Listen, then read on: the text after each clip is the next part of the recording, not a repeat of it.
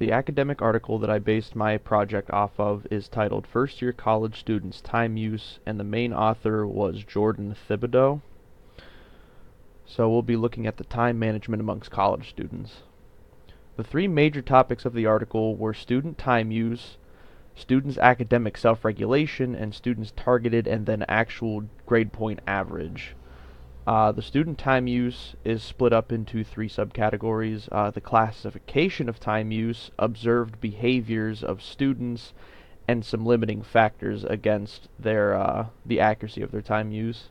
And then the academic self-regulation is split into three subcategories: the results of observed student behaviors, the classification of students, and the three separate phases of self-regulated learning. And then lastly, the targeted and actual GPA, split up into just the targeted grade point average and then the actual achieved grade point average. The classification of time use is split into five subcategories: scholarly uses of time, including preparing for class and studying; active uses of time, including exercise, socializing, student clubs, and volunteer work; passive uses of time, including commuting, watching television, and computer entertainment; connecting uses of time, which includes student clubs again, and then working for pay; and then separating uses of time like religious activities and family time. Some of the observed behaviors of students. Most of the students in their first semester spent more time socializing and working than on their academics. And then a majority of those students pledged to be more academically involved in their second semester. And then a lot of instructors were questioned during some of the acquirement of this data, and they said that an ideal amount of time to spend on studying would be at least 20 hours a week, but most students reported studying about or less than 10 hours on average during their first semester. Some of the limiting factors against an accurate time use for students is a lot of students have jobs so that they can pay off student loans, so they have to dedicate a lot of their time to those obligations. A lot of students reported feeling unprepared for college life. They weren't sure what to expect. A lot of students are involved in outside activities again, like sports teams and clubs. And overall, a large majority of students and instructors felt that workshops presented in the high school setting should be revised to be more accurate in depicting what the college experience is like. That way, high school students going into college are more prepared. The results of the students' observed behaviors. Students who were less academically focused in their first semester pledged to be more so during their second semester. So a lot of students felt that they were really lacking in their studying and their homework and projects and things like that during their first semester, and wanted to do a better job being more academically focused during their second semester. So they wanted to be more self-regulated. They pledged to be more studious.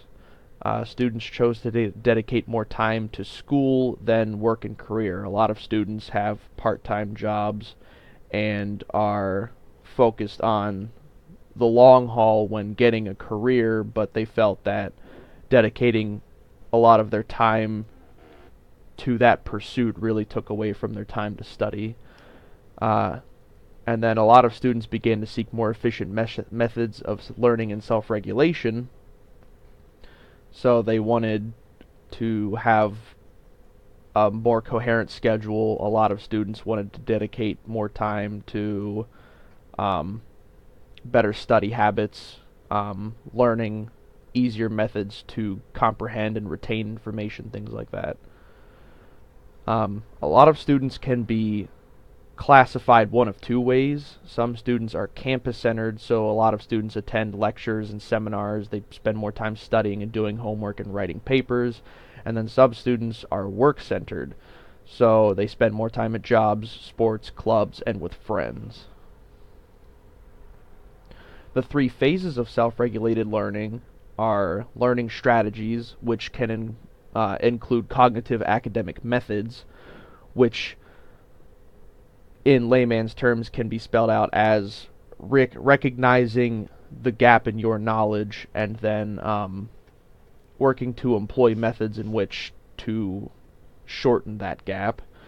Comfortable study environments like a quiet library or just alone, somewhere where there's not a lot of noise and distractions like electronics and things like that.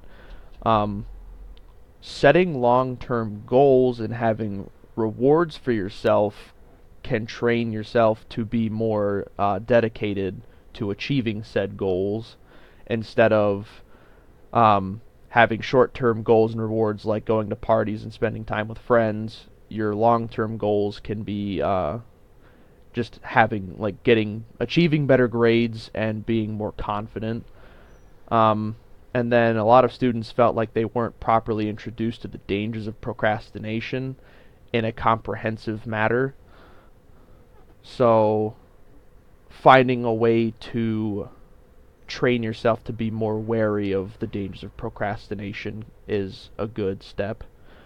Goal setting, having long-term goals statistically improves motivation for students. And then the size of a goal can correlate with the amount of motivation you receive because of that goal.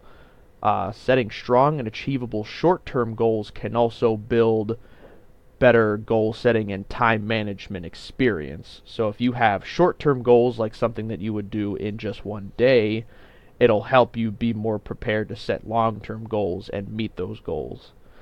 And then time management is measured as the difference between planned and actual time spent studying or just doing anything. So you can plan to do something and then the actual amount of time you spend doing said thing is measured.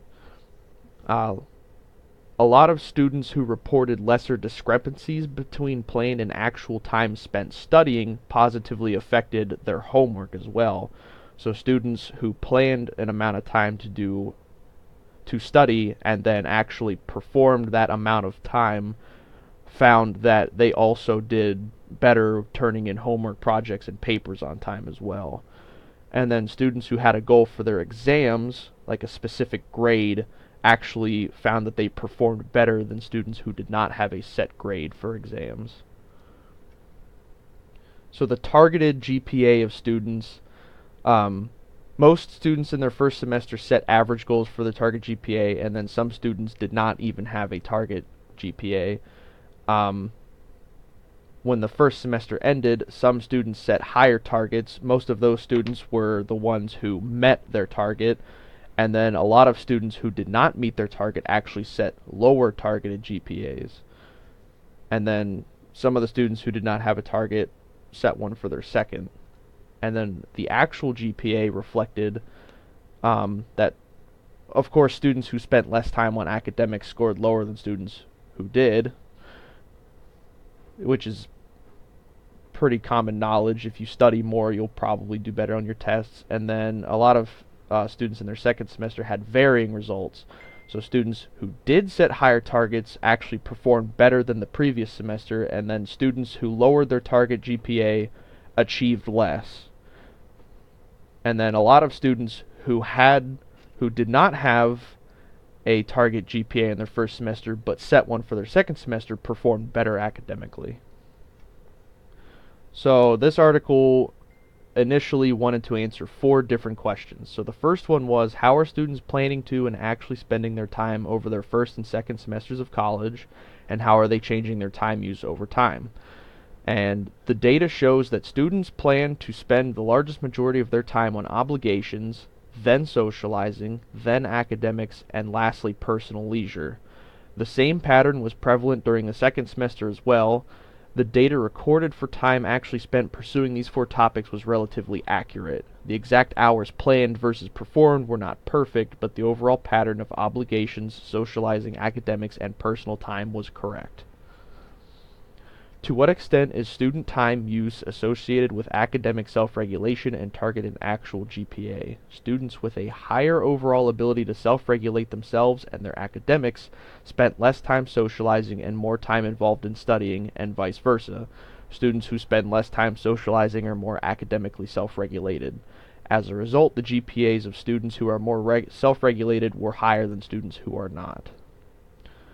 Question 3. How accurate are students with their time use and goal setting, and to what extent will students revise their time use and goals after the first semester?